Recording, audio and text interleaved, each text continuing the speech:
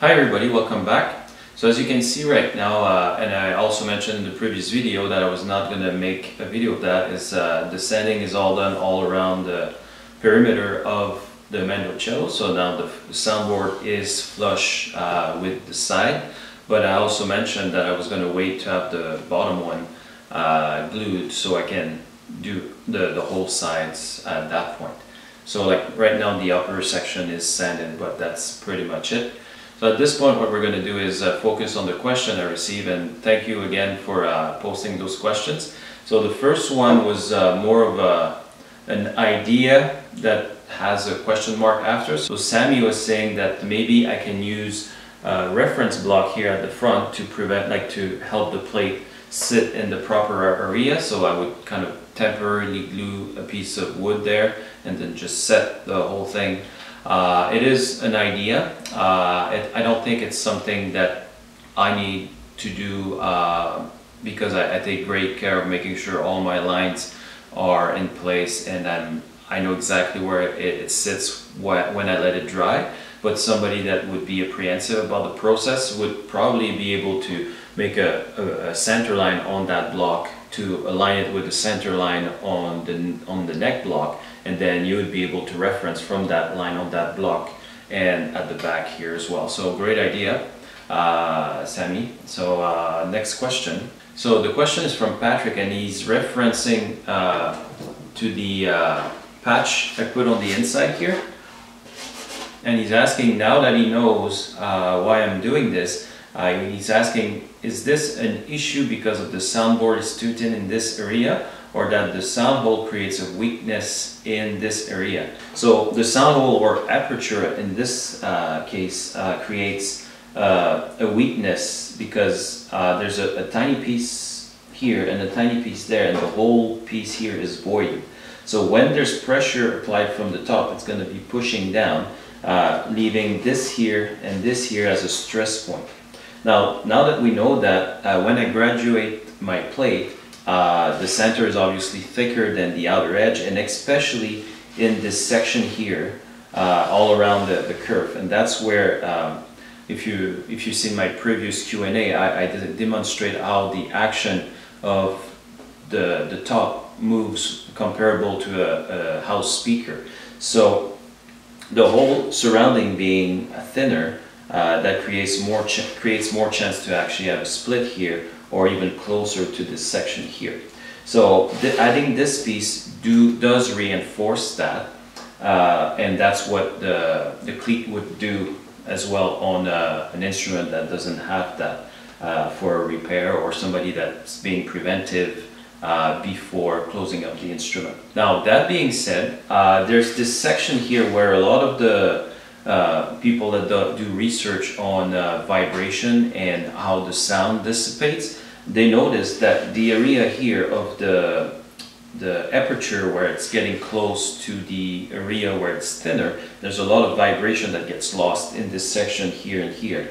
So by adding this piece of material, stiffens a lot that area and helps with the overall sound of the instrument. So I received another question.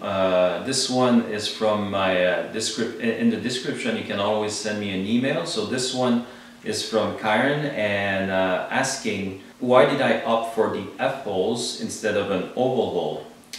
From what that person read, the later improves the bass response. So basically, when you have an oval hole here instead of having apertures, the sound is warmer. The bass response, I'm not 100% sure that would be accurate, but it is warmer sounding than the aperture, which is brighter. Now that being said, there's an issue, a structural issue that I don't really like about the sound hole, and that is that over the years, like the ones that were made in the 20s, they ended up having what is called a top sinkage. So the top sinkage is due because we like pretty much like the same way I mentioned here, like there's a split appearing because of like the pressure. So the down pressure here on the soundboard itself, and having a lack of support here, creates the whole top to sink. So what is done at that point, so people would remove obviously the soundboard and put an extra brace. And now when people build those, they do put an extra brace here under the sound hole. Now when you have a brace here where the sound hole is, that means that you can't put tone bars anymore, which in turn you need to do a cross brace. By doing a cross brace, you can still tune your top or your soundboard in a way, like you can tap on it and kind of shape both sides, but it makes it a bit harder than tone bars. So the reason behind me choosing the aperture, it's not just for look or for sound, but it's mostly structural. And I do like the look of the apertures obviously, but it's mostly structural because this whole section in the middle where all my grout rings are the closest together, and that the actual mass or the most thickness of the top plate is structurally sound. Like there's no void, there's no cut, there's nothing. And then on top of that, I'm gonna add 2 tone bars here. Then I will be able to put my half a tone difference or half a step difference in between them. Another thing that I wanted to kind of play with, because I've never played with that before, is a Virzi. Now this issue is very polarized, so I might see either way in the comment section.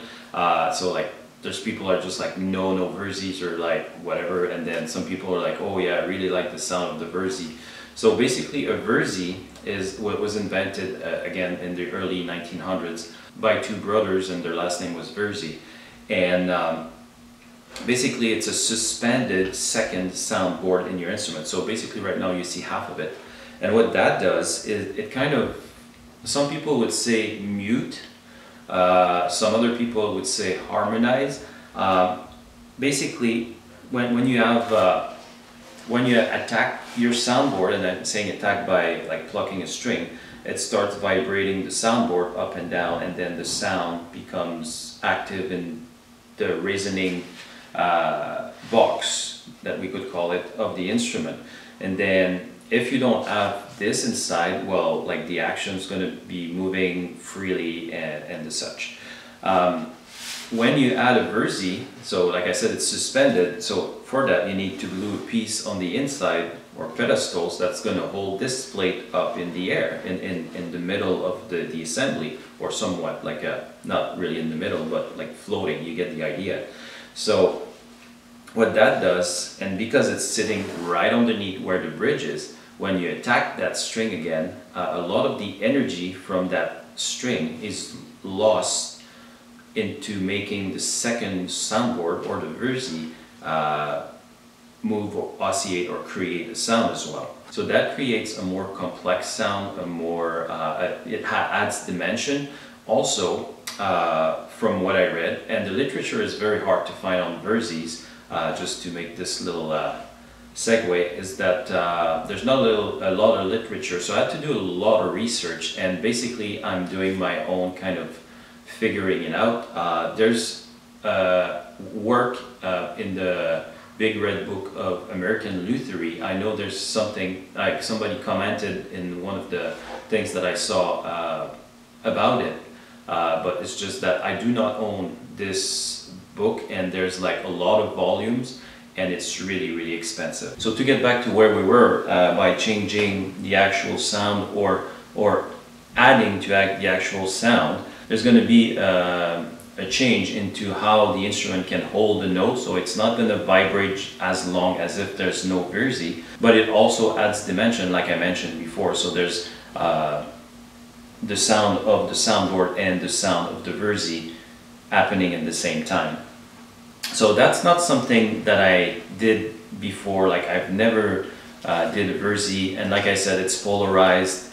I'm kind of sitting in the middle. I'm not either way. I like the idea of creating more warmth, because something that I've seen as well is if you put it right in the middle, it acts in the middle, but if you move it towards the bass string will activate the Virzi more than the treble strings. So that's something I want to play with as well, and kind of move it towards the bass side to help maybe getting a warmer tone, even though I'm using apertures. So That's something you guys are gonna have to follow up with if you want to see the results alongside me finding the results, because that seems interesting to have a more complex sound. And I guess depending on the kind of music you're playing, like of course if you're in bluegrass, like that's something you don't want to have, because you want to be very active and you want your instruments to kind of poke through everything else to do your music. But this system was invented prior to bluegrass, so I'm curious to see the difference. And the audio comparison online that I was able to hear are very faint. Like you can hear a difference, but I think you would be able to hear more of a difference if it was in person. Well, I kind of went on a tangent there, but anyway, so that's something that's going to be coming up probably in the next-ish video, depending on what I do next. So that's where we're at right now with the Mandocello. So thank you again for posting those questions. I'm really grateful that you guys are enjoying the build of the Mandocello, and also I had a few comments saying like don't quit the Q&As, that they enjoy it. So I promise, as long as I have questions, I will answer them, and that way we can do the Q&As. If there's no questions, obviously I'm just going to move on to the next video. Thanks again for stopping by. I really appreciate your time, and until next time, I wish you well.